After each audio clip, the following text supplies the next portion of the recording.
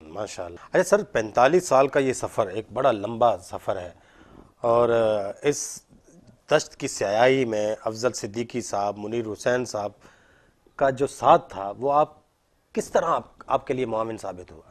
اس کی کہانی بہت طویل ہے، لیکن اس کو اس طرح ہم لے لیتے ہیں کہ 3 بڑے اخبار تھے کراچی کے، فلمی اخبار تھے، کردار، نگار اور نور جہاں. میرا رابطہ نور جہاں سے ہوا. یہ 1959-60 کا زمانہ ہے کہ وہ فلمی مضامین میں لے کے وہاں جاتا اور وہ چھپتے تھے. یہ سلسلہ پھر 1969 تک رہا کہ میرا نور جہاں ویکلی میں مضامین، چونکہ ہالی ووڈ کے بڑے ترجمے تھے وہ تھے، میرے 2-3 فلمی مضامین بھی شائع ہوئے. اور جب میں نے فلم بین ہر دیکھی چارلٹن ہیسٹن کی، تو اس فلم نے میرا فلم میکنگ کے بارے میں، اداکاری کے بارے میں بالکل ذہنی میری کیفیت تبدیل کر کے رکھ دی. مجھے محسوس ہوا کہ فلم کیا ہوتی ہے، تصور اداکاری کیا ہے، انسانی محسوسات اور جذبات کے اظہار کے لیے یہ فن کتنا کربناک اور کتنا مشکل ہے، اور فلم کے اسکرین پہ نظر آنے والی تہذیب، تاریخ، سماج، معاشرہ، یہ کتنے ذہنوں کو متاثر کرتا ہے. تو فلم بین ہر نے میری زندگی کی کایا پلٹ دی تھی. اس کا نتیجہ یہ ہوا کہ میں نے 11 آرٹیکل چارلٹن ہیسٹن پہ لکھے جو میں نے ہالی ووڈ بھیجے. اس شخص کے 4 فوٹو مجھے ملے دستخط شدہ، my thanks and best wishes to Nadir شاہ.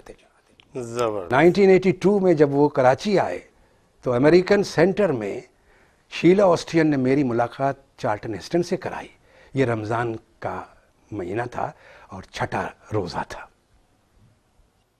تو کیا کیفیت تھی اس وقت ان سے مل کر؟ یعنی مجھے ایک بہت بڑی خوشی یہ ہوئی کہ میں دنیا کے ایک بہت بڑے اداکار سے نہ صرف مل رہا ہوں، اور اس کی جو شبیہ میرے ذہن میں ہے، جو اس کا وہ کیریکٹر بین ہر کا میرے ذہن میں چھایا ہوا تھا، اس شخص کو میں نے جب دیکھا تو مجھے محسوس ہوا کہ جیسے میں ایک امریکی پروفیسر سے ملاقات کر رہا ہوں. اس میں کوئی شاعرانہ تعلی نہیں تھی، کوئی تصنع نہیں تھا، کوئی دنیا کے بہت بڑے اداکار ہونے کا کوئی ایسا امکان مجھے اس کے چہرے سے، اس کے گفتگو میں، اس کی ملاقات میں نظر نہیں آیا. انہوں نے ایک مختصر پریس کانفرنس کی کیونکہ افغان مہاجرین کا مسئلہ تھا اس زمانے میں اور انہیں اسلام آباد جانا تھا. اس پریس کانفرنس میں اے آر سلوٹ، اسد جعفری، اقبال احمد خان اور اپنے سلیم باسط صاحب سمیت صلاح الدین حیدر وغیرہ بڑے سینئر صحافی موجود تھے. اور وہ ملاقات اگرچہ بہت مختصر تھی، لیکن چارلٹن ہیسٹن کو یہ جان کے بڑی حیرت اور خوشی ہوئی کہ میں دنیا کے اس خطے میں بیٹھتا ہوں اور میں پیدا ہوا ہوں اور رہتا ہوں جو ان کی اپنی فلموں کا زیادہ تر حصہ عرب دنیا سے تھا. مثلا انہوں نے حضرت موسیٰ کو رول بھی کیا، یا بین ہر کا بھی رول کیا، یا وہ خرطوم میں آئے. تو یہ سارے کیریکٹر جو ہے تقریباً 10 کمانڈمنٹس کے بھی ہے، یہ سارے اسی خطۂ عرب سے تعلق رکھتے تھے. تو ان کی خوشی بڑی دیدنی تھی کہ آپ you live in that part of the world. تو وہ چونکہ ایک جانے والے تھے، پھر انہوں نے لیکن وعدہ بھی کیا کہ اگر وہ پھر کبھی کراچی آئے تو آپ سے ایک لمبی نشست ہوگی. لیکن بہرحال وہ ایک یادگار ملاقات تھی. تو یہ جو آپ کا ان سے متاثر ہونا ہے، یہ آپ کی اداکاری کے شعبے میں آنے سے پہلے کی بات ہے یا بعد کی بات ہے؟ اسی زمانے میں ہم لیاری میں ڈرامے بھی چھوٹے موٹے کر رہے تھے. یہاں تک ہوا کہ لیاری میں ہم نے ہیسٹن ڈرامیٹک سوسائٹی بھی قائم کی تھی. اس کے نام سے ڈرامے ہوتے تھے، ہم ڈرامے بھی کر رہے تھے چھوٹے پیمانے پہ. اور 2-3 ڈرامے ہمارے محمد ہاشم رنگونی صاحب نے کیے جو آغا حشر کے ڈرامے تھے. اس میں میں نے دونوں سید ہوس اور اسیر حرص میں رول بھی کیا تھا اسٹیج پہ، جو لیاری ہی میں اسٹیج ہوئے. اور محمد ہاشم رنگونی صاحب کا بچل شیرازی تھے، بچل لاسی تھے، بختیار صاحب تھے. اس زمانے میں ان کی بڑی مضبوط ٹیم تھی اور لیاری میں ڈرامے کا بڑا کلچر تھا. اس کے بعد رچرڈ بولسویسکی کی لکھی ہوئی کتاب ہے.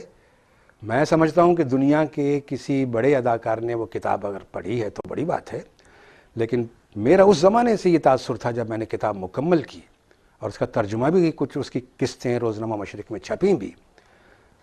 اس کتاب کے پڑھنے کے بعد مجھے محسوس ہوا کہ زندگی کیا ہے، انسانی مشاہدات کسے کہتے ہیں، ایک اداکار کی یادداشت کا حافظہ کتنا مضبوط ہونا چاہیے، اس کی کیریکٹرائزیشن کی بنیاد کیا ہے، اور اس کے مینرز، اس کے ٹیمپو اور اس کے ردم، ان سب چیزوں کو ملا کے ایک اداکار اگر نیپولین بنتا ہے، اگر بین ہر بنتا ہے، یا اگر وہ کوئی بہت بڑا تاریخی رول کرتا ہے، یا اپنے ہی معاشرے کا انتہائی کچلا ہوا ریچڈ قسم کا افتادگان خاک جیسا کردار کر رہا ہو، تو اس کی ذہنی کیفیت اور اس کی وارداتیں کیسی ہوتی ہیں۔ اس کتاب نے بھی میری آنکھیں کھول دی۔ وہ ایک چشم کشا کتاب ہے، اس کے 6 ابواب ہیں۔ کنسنٹریشن پہلا باب، memory of emotion, characterisation, observation, ردم اینڈ ٹیمپو۔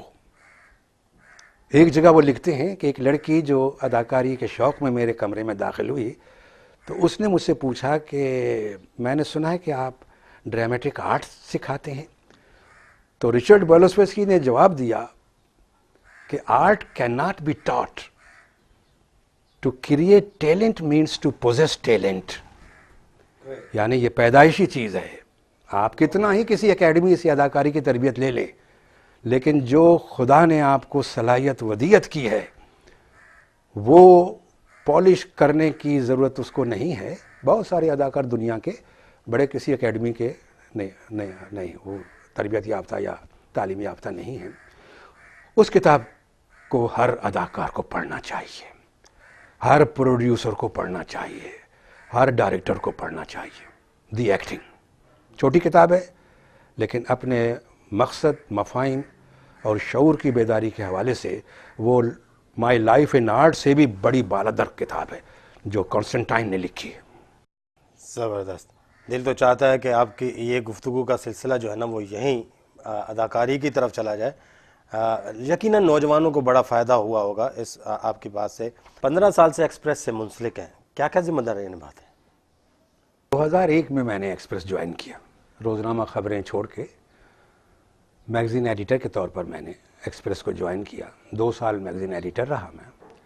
اس کے بعد میں اس وقت ایڈیٹوریل انچارج ہوں، اور مختلف کالم جس میں زائدہ حنا صاحبہ کا، مقتدیٰ منصور صاحب، ظہیر بیدری صاحب ہیں، انیس باقر صاحب ہیں، بہت سارے دیگر سینئر کالم نویسوں کی ایک لمبی فہرست ہے۔ کراچی کے جو کالم یہاں سے ہم تیار کرتے ہیں، ان کو ایڈٹ کرتے ہیں، وہ لاہور بھیجتے ہیں۔ سینٹرلائزڈ ہے، 11 اسٹیشنوں سے ایڈیٹوریل پیج لاہور سے تیار ہو کے مختلف اسٹیشنوں کو چلا جاتا ہے۔ اس میں میری ذمہ داریوں میں مین اداریہ بھی ہے، سیکنڈ لیڈر بھی ہے، ایڈیٹوریل نوٹ بھی ہے۔ تو ہم لاہور کے ایڈیٹوریل ایڈیٹر سے چودھری لطیف صاحب ہیں، گروپ ایڈیٹر ہمارے ایاز خان صاحب ہیں، ان سے ایک رابطہ رہتا ہے روز کا۔ اس میں ہم خبروں کو پڑھنے کے بعد ڈسکس کرتے ہیں، بحث کرتے ہیں۔ اس میں بہت سارے نکات پر اختلاف بھی ہوتا ہے، لیکن پھر طے ہوتا ہے کہ آج اداریہ آپ لکھیں گے، سیکنڈ لیڈر آپ لکھیں گے، اور ایڈیٹوریل نوٹ بھی آپ لکھیں گے۔ اکثر ایسا ہوتا ہے کہ ہم کئی دن تک کراچی سے ایڈیٹوریل نوٹ، سیکنڈ لیڈر بھیجتے ہیں۔ کبھی فرصت ہو جاتی ہے، مضامین کم پڑھتے ہیں، تو میں کالم بھی لکھ لیتا ہوں درمیان میں۔ لیکن اب کالموں کا اتنا رش ہے کہ مجھے کالم لکھنے کے بجائے اپنی ساری توجہ ایڈیٹوریل یا دوسرے کالموں کو پڑھنے، ایڈٹ کرنے کی، اس میں وقت کافی صرف ہو جاتا ہے۔ اداریہ خود لکھتے ہیں سر؟ ہاں، ہم 2 کوارڈینیٹ کرتے ہیں۔ مین اداریہ میرا کراچی سے ہوتا ہے، میں خود لکھتا ہوں، اور یا وہاں چودھری لطیف صاحب لکھتے ہیں وہاں سے۔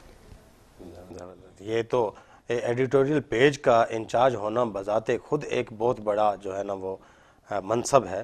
میں سمجھتا ہوں ایک انتہائی پڑھا لکھا شخص ہی یہ ساری ذمہ داریاں نبھا سکتا ہے۔ تو کلی جارو کا وعدے بتا یا کہ گونڈے اوشتا چے پدما شمید ما پدا ساری بھی ہجا مروے ما ہنی واپس کھائیں۔